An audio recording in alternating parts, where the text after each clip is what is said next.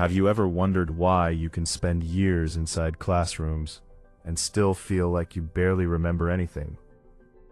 Think about it. You probably sat through thousands of hours of classes. You memorized facts. You passed exams. You filled notebooks. How much of it can you actually use today? That raises a dangerous question. What if the biggest problem isn't you? What if the system itself taught you something completely wrong about learning? Because there is one lie almost everyone hears growing up, and this lie quietly destroys curiosity, confidence, and potential.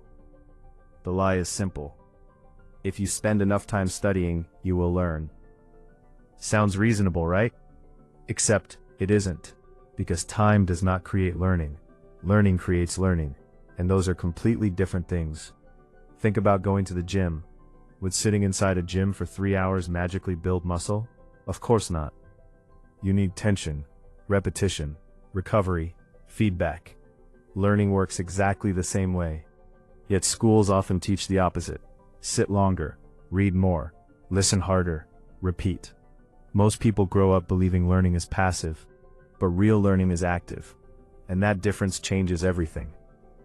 Imagine two students. One spends 4 hours rereading notes.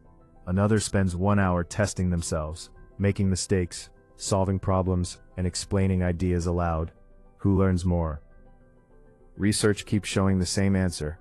Usually the second person wins, not because they're smarter, because their brain is doing the work. And that's where things become frustrating, because many people don't realize something important. Your brain is not designed to store information. Your brain is designed to forget information. Seriously, forgetting is not a bug, it's a feature. Think about how overwhelming life would be if you remembered every random conversation, every license plate, every breakfast from 10 years ago. Your brain filters aggressively. One question: will this matter later? And if the answer seems unclear, it throws information away. This means something terrifying. You can study for hours, feel productive, feel exhausted, and still remember almost nothing. That feeling isn't failure. It's biology. But schools rarely explain this. Instead, students get a completely different message. If you're struggling, study more. So people respond by increasing hours.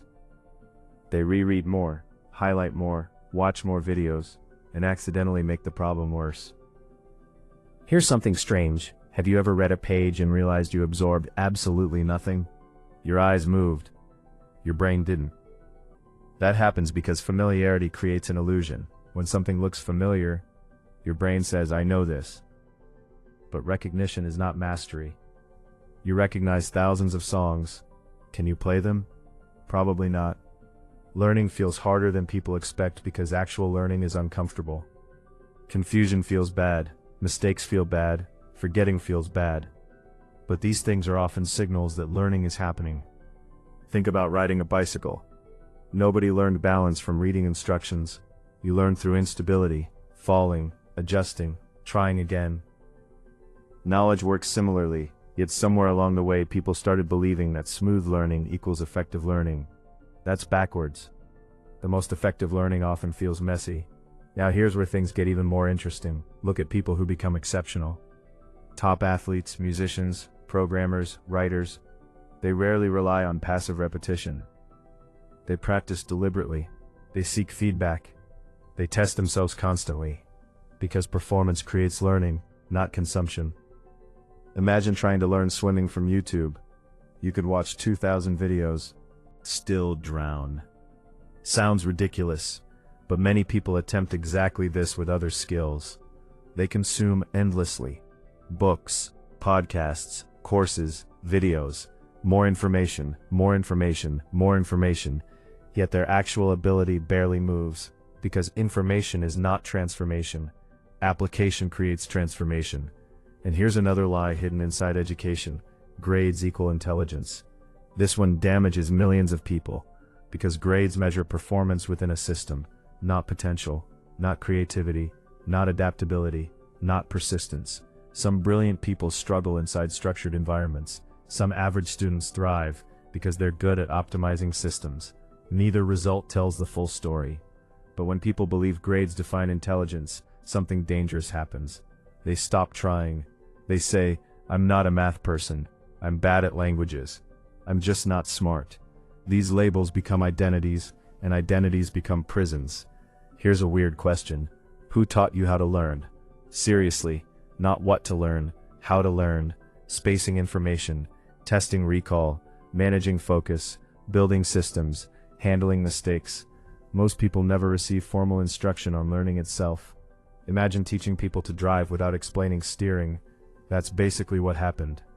Now let's talk about something uncomfortable. School rewards short-term performance. Real life rewards long-term adaptability. These are not always the same. In school, memorizing information for Friday's test can work. In real life, you need durable knowledge, transferable skills, communication, creativity. Nobody cares whether you memorized Chapter 7 3 years ago. They care what you can do. And here's the crazy part. We now live in a world where information is everywhere. Any fact, any tutorial, any explanation, available instantly. So what becomes valuable?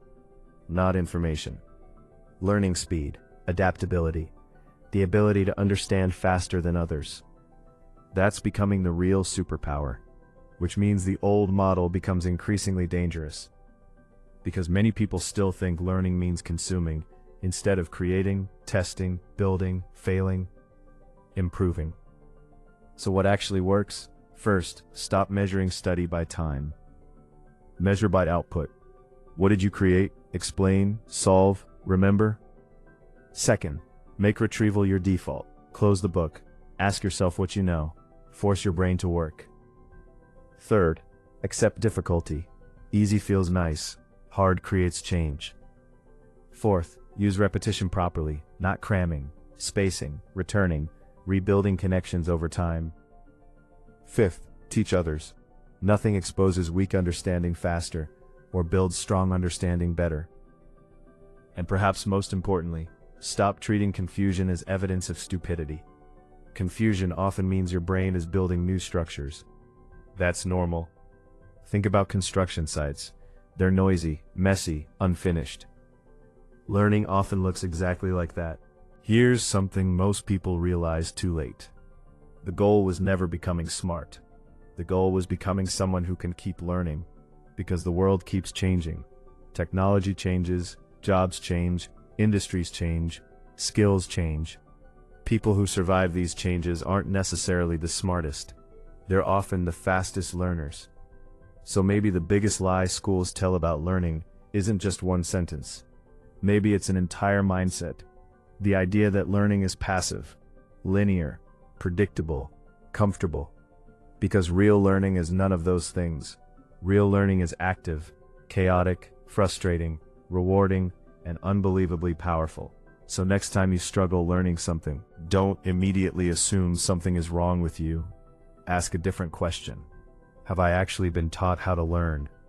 Because once you understand that difference, everything changes. And if this video changed the way you think about learning, then you've already started learning differently.